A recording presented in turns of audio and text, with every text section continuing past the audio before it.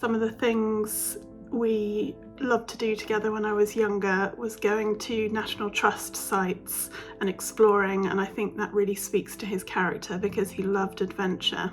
I feel that the MOD have seriously let us down and let the victims of the crash down.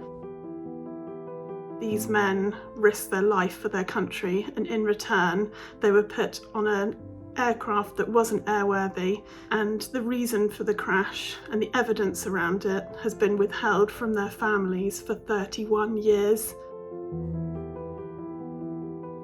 He was unfortunately a Chelsea fan. Myself and my brother were Manchester United fans, so we often had some fun with that. He was a great father, a great husband, and all of his friends and family adored him, and he is a big loss in our lives. My father was an incredibly outdoorsy man. We did a lot of exploring. We weren't ones to kind of go to the cinema or theme parks. We were more on the beach, rock pooling, out exploring the mountains. We used to camp out in the garden. And I just remember him as being an incredible kind of advocate for that outdoor lifestyle. And the life and soul of the party, really, we had a lot of social events that went on at our house, and he was always kind of the great entertainer.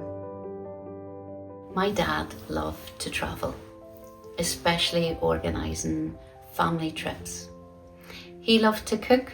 He taught us all how to cook, and he loved hosting friends and family at home. I was only 7 when my dad passed away, so I don't know a huge amount about him. One of the happiest memories I do have of him was when he took me out of school on my birthday to go and see the regimental band, and they played Fun the Birds for me, which was my favourite TV programme at the time. My dad was my hero. He was a great man. He was very calm, composed, collected, always seemed to be in control, always very relaxed, but always smiling. He was the kind of guy that people trusted, wanted to be around, and wanted to have as part of their friendship group or somebody they wanted to work alongside. He loved taking us to watch sporting events, participating in sports. Every holiday we did was an active holiday, whether it was skiing, whether it was cycling, whether it was canoeing, we were always being active. And he just loved spending time with his family. They're some of my fondest memories of my father. Although he was only 52, Dad was due to retire just weeks after the crash, as he wanted to spend more time with Mum and being a granddad to my sister's 2 little boys. He loved travel, so of course they had plans to see more of the world. Before he died, Dad and Mum were planning a trip to the Rockies to celebrate his retirement and their 30th wedding anniversary. Sadly, his last journey wasn't to be to the Rockies with his wife, but on work time in an aircraft that the MOD knew to be unairworthy.